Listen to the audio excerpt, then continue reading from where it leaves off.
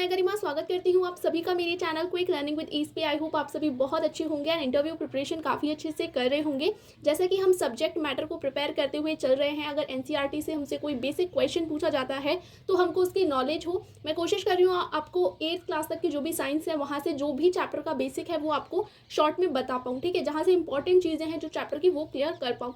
कल हमने 3 chapter complete किए थे, आज भी हम 3 चैप्टर ही कंप्लीट करेंगे। चैप्टर का नाम है light, transportation in plant and human and the motion and time. Start करते हैं वीडियो को।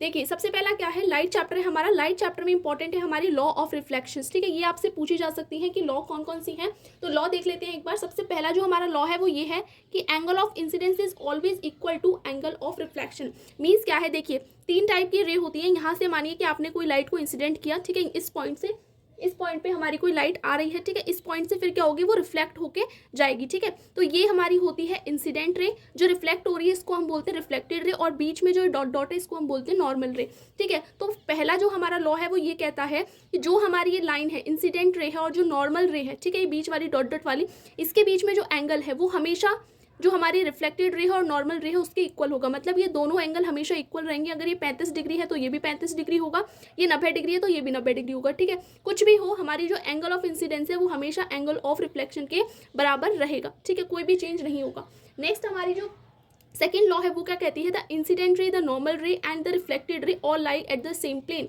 मतलब क्या है कि सेम यही है कि जहाँ से हमारी इंसिडेंट रे आ रही है, जो हमारी नॉर्मल रे है, जो हमारी रिफ्लेक्टेड रे, वो सभी एक ही पॉइंट से होके गुजरेंगी, ठीक है। चाहे आप उसे कैसे भी देख लें, मिरर लगा के देख लें या किसी भी तरीके से देख लें। मान लीजिए कि मैंने ये 3 लाइनें खींची, ये एक्स है, ये वाई है और ये जेड है, ठीक है। अगर मेरा जो इंसिडेंट ऑफ लाइट इस पॉइंट पर है, ठीक है, यहाँ पे मैंने इंसिडेंस किया है, तो जो मेरी इंसिडेंट रे है यहीं से मेरी नॉर्मल होके जाएगी, यहीं से मेरी रिफ्लेक्ट होगी रे। अगर मैं इसको यहाँ रख दूंगी तो यहीं से तीनों होके जाएंगी, अगर मैं इसको यहाँ रख दूंगी तो यहीं से तीनों होके लाइंस जाएंगी, ठीक है। अगर आप इसको मिरर में देखेंगे, इस फोटो को अगर आप मिरर में जाके देखेंगे तो मिरर में ऐसा नहीं है कि ये पॉइंट यहाँ पर है तो आपको मिरर में ये वाली लाइन तो इधर से निकलती हुई दिखेगी, ये वाली लाइन इधर नीचे हो जाएगी, ऐसा बिल्कुल भी नहीं होगा।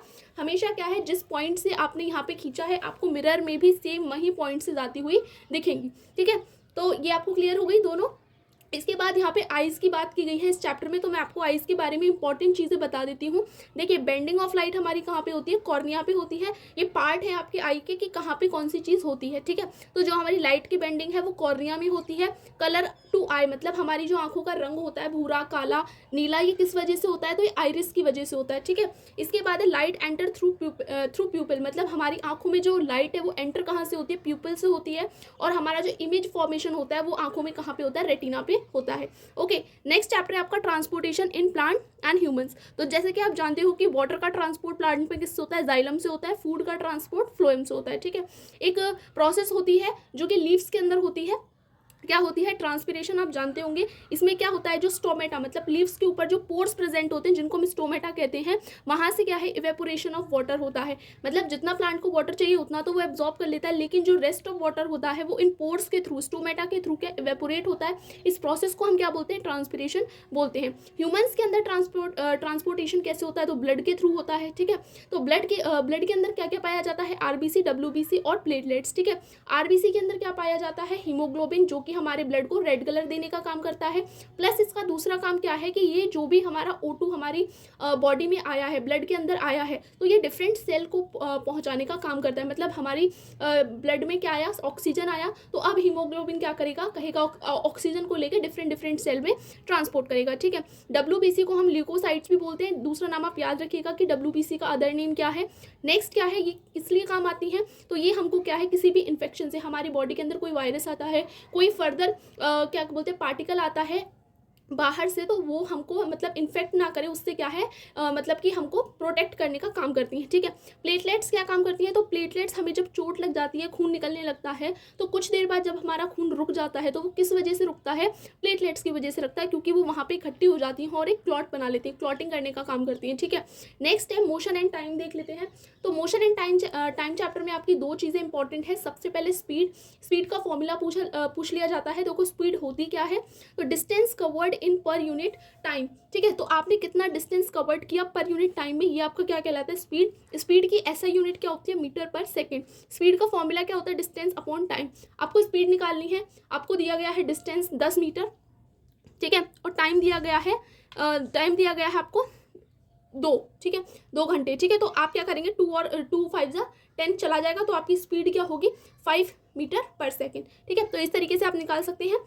नेक्स्ट है, एक चीज़ यहाँ पे इंपॉर्टेंट है, कभी कभी आपसे ये ना पूछ लिया जाए कि अगर आप हमको किलोमीटर पर आवर को मीटर पर आवर में कन्वर्ट करना है तो हम क्या करेंगे, और अगर मीटर पर आवर है अगर हम उसको किलोमीटर में कन्वर्ट करना चाहते हैं तो हम क्या करेंगे। तो देखो एक सिंपल ट्रिक याद रखना, हमेशा 5/18 और 18/5 का मल्टीप्लाई करना होता है, ठीक है। अब कैसे करना होता है, देखो अगर आपको किलोमीटर पर आवर को मीटर पर आवर में कन्वर्ट करना है, ठीक है, तो आप ये याद रखो, देखो के पहले आता है, एम बाद में आता है, ठीक है। तो के पहले आता है तो सबसे पहले 5 लिख लो, के छोटा है ना तो 5 लिख लो, और एम बड़ा है तो 18 नीचे आएगा, ठीक है। और सेम तो 5 का ये जैसे 5 किलोमीटर था तो 5 × 5/18 हमने कर लिया। अगर हमको मीटर पर आवर को किलोमीटर पर आवर में कन्वर्ट करना है तो यहाँ पे 5 लिखा हुआ है, एम क्या है, बड़ा है, ठीक है, तो बड़े को हम सबसे पहले लिख लेंगे ऊपर, और ये क्या है, हमको कन्वर्ट किस में करना है, के में करना है ना, किलोमीटर में के छोटा है तो हम नीचे 5 लिखेंगे, ठीक है। तो 18/5 से मल्टीप्लाई करेंगे, दोनों में ये उल्टा करना है, तो आप भूलो नहीं, इसलिए मैंने आपको बता दिया है। नेक्स्ट है एवरेज स्पीड, अगर निकालने के लिए बोला जाता है तो एवरेज स्पीड का फॉर्मूला होता है total distance upon total time. Okay, जितना भी आपको डिस्टेंस दिया हुआ है उसको अपॉन में, और जो भी टाइम दिया हुआ है, जैसे मान लीजिए टोटल डिस्टेंस आपको 58 किलोमीटर दिया हुआ है और टोटल टाइम आपको 2 घंटे दिया हुआ है, तो हम क्या करेंगे, इसको काट लेंगे इससे, ठीक है। तो इस तरीके से आप एवरेज स्पीड को निकाल सकते हो। तो होप आपको यहाँ पे तीनों चैप्टर समझ आ गए। ये बेस था कि जो लाइट चैप्टर है वहाँ पे आपसे लॉज ऑफ रिफ्लेक्शन पूछे जा सकते हैं, या क्वेश्चन ऐसा अगर पूछा जाता है तो आपको बेसिक्स पता होने चाहिए, ठीक है। आपको ट्रांसपोर्टेशन के बारे में पता होना चाहिए कि ह्यूमन्स में कहाँ से होता है और प्लांट्स में कैसे होता है। मोशन एंड टाइम में आपकी स्पीड के फॉर्मूले, एवरेज स्पीड का फॉर्मूला, ठीक है, ये चीज़ मैटर करती है कि आपको पता हो, ठीक है। सो होप आपको ये वीडियो समझ आया होगा। अगर वीडियो अच्छा लगा है तो चैनल को लाइक, शेयर एंड सब्सक्राइब जरूर कर दीजिएगा। फिर मिलते हैं एक नई वीडियो के साथ, जब तक के लिए थैंक्स।